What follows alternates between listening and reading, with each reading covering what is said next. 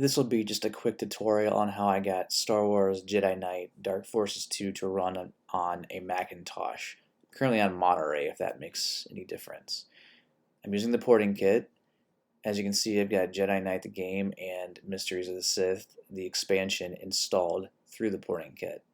Now, they won't not run natively right now. There's a lot of errors and such, and they will not even launch. So, what I found is that someone made a source port called OPENJKDF2. You can go to the GitHub page and search OPENJKDF2, go to releases, scroll down until you get to assets. Under assets, there's actually a Mac source port. Click on that and download it. Super small, easy download. Once you do that, double click on it. It's going to open it up and it'll give you this universal source port. Now, when I click on mine, I've already, okay, see it's running. The good thing about the source port is it actually lets you run everything in whatever resolution you want just by dragging it. It's actually quite amazing. But what I was going to say is the installation is actually not simple for this. So what I had to do was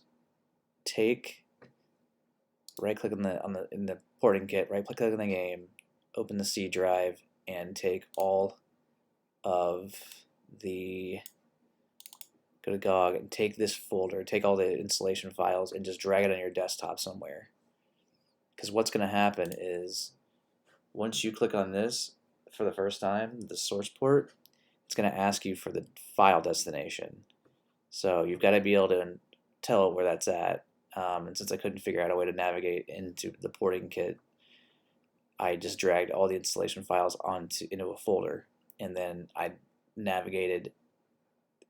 I told the source port to navigate to that folder, and the game runs, and that should be about it. In the menu, once you get into the game, here, let me show you. If you want to try to run Mysteries of the Sith,